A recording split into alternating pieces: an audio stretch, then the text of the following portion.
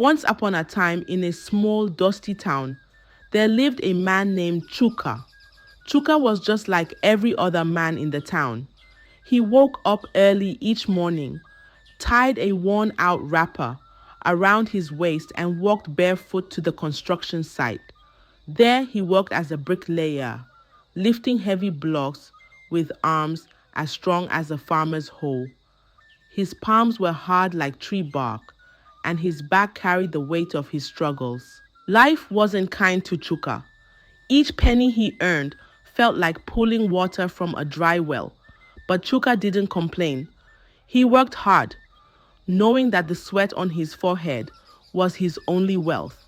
Chuka had two close friends, Kunle and Emeka. Kunle was a carpenter, always hammering away at broken chairs, and Emeka sold roasted maize by the roadside. The three of them were as close as brothers. In the evenings, after a long day of work, they would gather under the big mango tree near the market square. Kunle would bring stories, Emeka would crack jokes, and Chuka would sit quietly, listening with a small smile. One day, my people, we will all be rich, Kunle would say, waving his hands like a preacher. We will eat meat every day, wear fine clothes, and drive big cars. Amen, oh, Emeka would shout, his laughter loud enough to wake the birds in the trees. But Chuka never said much.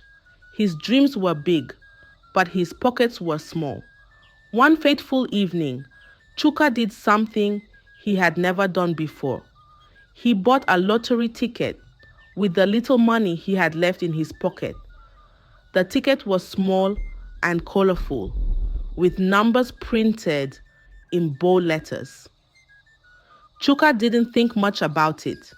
To him, it was just a piece of paper. What if you win, Chuka? Kule asked, grinning. Chuka laughed, shaking his head. Win? My friend, that's for people with luck, not someone like me. Kunle and Emeka laughed too, and the three of them continued talking about their dreams, never knowing that something unbelievable was about to happen. And so, Chuka kept the lottery ticket tucked away in his pocket, not knowing that fate, like a hidden drum, was about to start playing a song that would change his life forever. The following day, the sun rose like any other day, casting its warm glow over the small town. Chuka was at the construction site, stacking bricks and wiping sweat from his face, when a loud voice boomed from across the road. Chuka! Chuka! It was Kunle running towards him, waving a piece of paper in the air. Emeka followed close behind, shouting too. Chuka, you've won! You've won the lottery! Kunle screamed, his face beaming like the morning sun. Chuka froze, dropping the block in his hands. What did you say? He asked, his voice trembling. You've won billions, Chuka! Billions! Emeka shouted, throwing his arms around him. For a moment, Chuka stood still, his heart pounding like the drums during a festival. Are you sure? He whispered, almost afraid to believe it. Kunle handed him the paper. Look at your numbers. They match, Chuka. You are a rich man. The news spread through the town faster than Harmattan wind. By evening, Chuka's small house was surrounded by people. Men, women, and even children gathered, singing songs of celebration. Drums were beaten, and some people danced barefoot on the dusty ground. Chuka the billionaire, they chanted, our own savior. Chuka couldn't believe it. The man who once struggled to buy bread now had more money than the whole town put together. The next day, Chuka's transformation began. He moved out of his small, leaky house and built a mansion with golden gates that sparkled in the sunlight. Expensive cars filled his compound, their engines purring like lions. Chuka wore designer clothes, the kind that made heads turn, and his shoes shone so brightly they could blind the eyes. The same hands that used to carry bricks now held wads of cash. Chuka became the center of attention, with people lining up just to catch a glimpse of him. He was no longer the quiet bricklayer. He was now Chuka the rich man. Not long after Chuka became the richest man in town, the sweet scent of money began to change him. The humble bricklayer, who once laughed under the mango tree with Kunle and Emeka, was now a different man entirely. Chuka no longer visited the mango tree. Instead, he sat in his big house, surrounded by people who praised him day and night. Chuka, the billionaire, they called him, the king of our town. But these new friends weren't like Kunle and Emeka. They didn't care about Chuka. They only cared about his money. Whenever Chuka threw his grand parties, they would cheer loudly, dancing and drinking until morning. But their smiles were as fake as their praises. One afternoon, Kunle and Emeka decided to visit Chuka. They knocked on his golden gate, and a security guard opened it, looking at them like they didn't belong. "We want to see Chuka," Kunle said, smiling. "Do you have an appointment?" the guard asked, frowning. "Appointment?" Emeka replied, shocked. "We are his friends. Just tell him Kunle and Emeka are here." The guard let them in after much argument, but when they got to Chuka, his reaction crushed them. "What do you want?" Chuka asked, leaning back on a luxurious chair, puffing on a cigar. Kunle cleared his throat. "Chuka, my brother, we need a little help to start a small business. Just something to help us move forward." Chuka laughed, loud and long. "Help? You people want me to give you my money? Go and work like I did. Or do you think money grows on trees?" Kunle and Emeka left quietly, their hearts heavy with hurt. The man they had once called their brother had turned into a stranger. Chuka's pride didn't stop there. His poor parents, who had raised him with love and sacrifice, were now left to struggle alone. His mother would walk barefoot to the market, selling vegetables to survive, while Chuka drove past in his shiny cars, pretending not to see her. Whenever Chuka passed poor people in town, he would roll down his car window and mock them. "Why are you still suffering? Can't you make something of your lives?"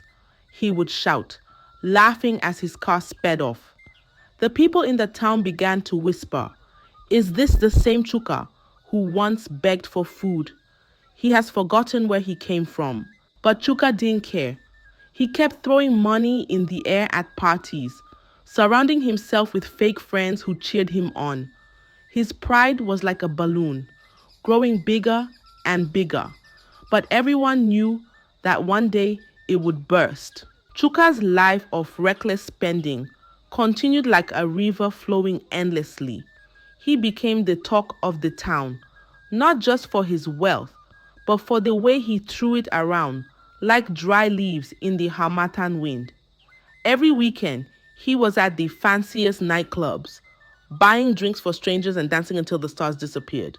One night, in the middle of a loud, glittering party, Chuka's eyes caught someone who made his heart skip a beat.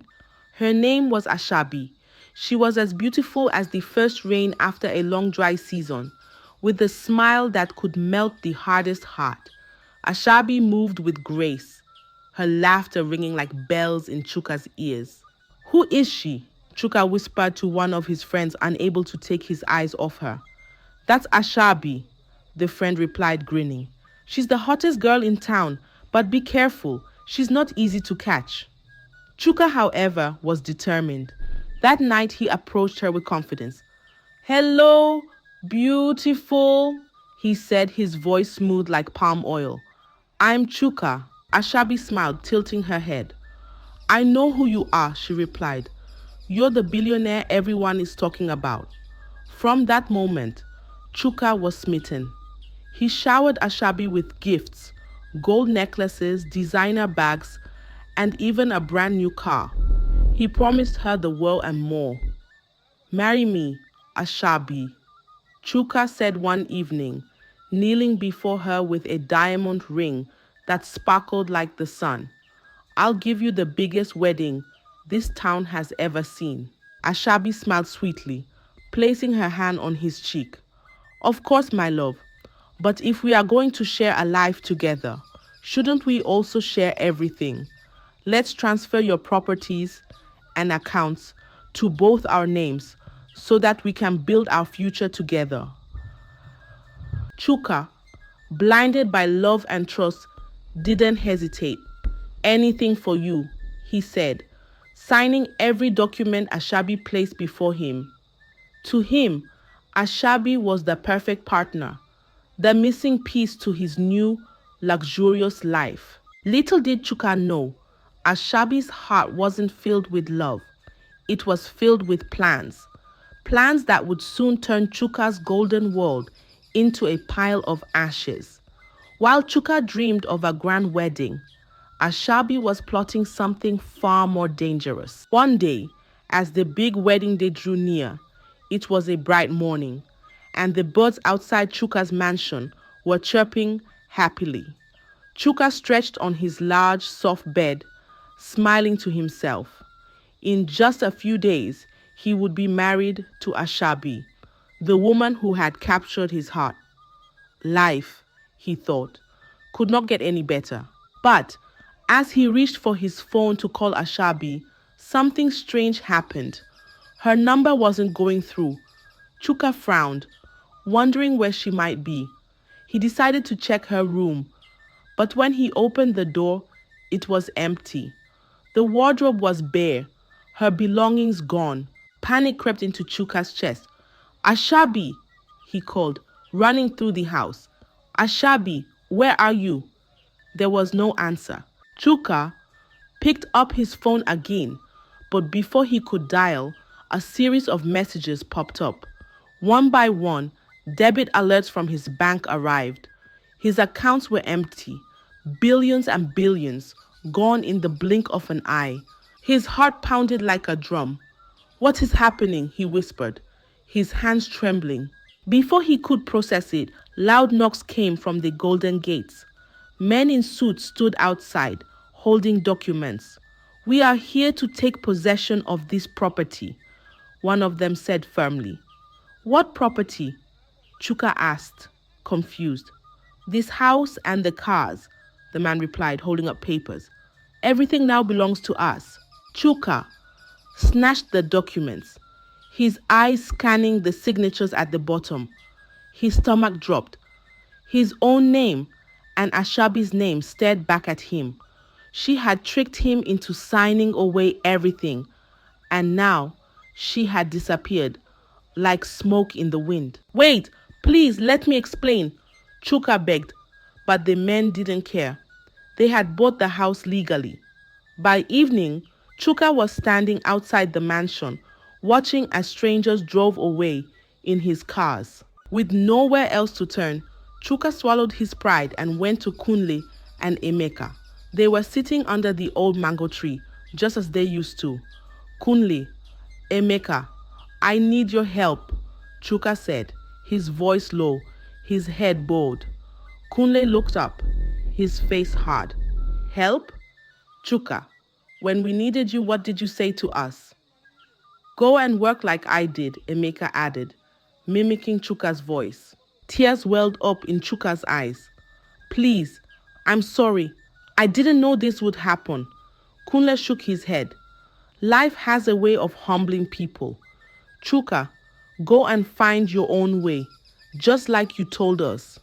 Chuka left quietly, his heart heavy with shame, as he walked back to the small, run-down house he once called home. The townspeople whispered behind him. Look at him now, they said. The same Chuka who mocked us. Pride truly comes before a fall. That night, Chuka sat outside his old house, staring at the stars.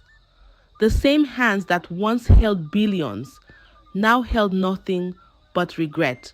The proud man had fallen, and there was no one to catch him. Chuka sat on a broken stool outside his old crumbling house, staring at the cracked walls that seemed to mock him. The mansion, the golden gates, the shiny cars, they were all gone. His hands, once soft from wealth, were rough again, like the hands of the bricklayer he used to be. As he walked through the town, carrying his tools, the people whispered behind him, "Is that not Chuka, the billionaire?" One woman said, shaking her head. "See how he has fallen. He thought money would last forever." Another man added, laughing. "Now, he's back to where he started." Chuka didn't respond. He kept his head low, focusing on his work. Each brick he lifted reminded him of the pride that had once weighed him down. Now his heart was lighter, humbled by the lessons life had taught him. The mango tree where Kunle and Emeka used to sit became his new place of reflection. He didn't join them, but he could hear their laughter from afar. The sound stung, but it also reminded him of the friendships he had thrown away. Slowly, Chuka began rebuilding his life, not with grand mansions or expensive cars, but with honesty and humility. He worked hard every day, stacking bricks under the hot sun. He no longer cared about showing off or mocking others. Instead, he greeted everyone with kindness, even those who once mocked him in return. The town watched as Chuka transformed. His fall became a story that mothers told their children at night, a reminder that wealth without wisdom is like rain without crops. It washes everything away. As Chuka worked quietly, he whispered to himself, "I had it all, I lost it because of my pride. But this time, I will build something that even the wind cannot blow away." And so, Chuka's story became a lesson for the town. It taught them that money is not the true measure of a person's worth, and pride is the quickest way to lose everything. Chuka never became rich again, but he found something even greater: peace. Now, our dear viewers, who's to be blamed? Is it Chuka for his reckless spending, or Ashabi the gold digger? Let us know what your thoughts are in the comment section below. I hope you enjoyed the tale. If so, please like the video, share it with your family and friends, comment on it, and don't forget to subscribe to the channel and turn on the notification bell for more enchanting tales like this one. Goodbye.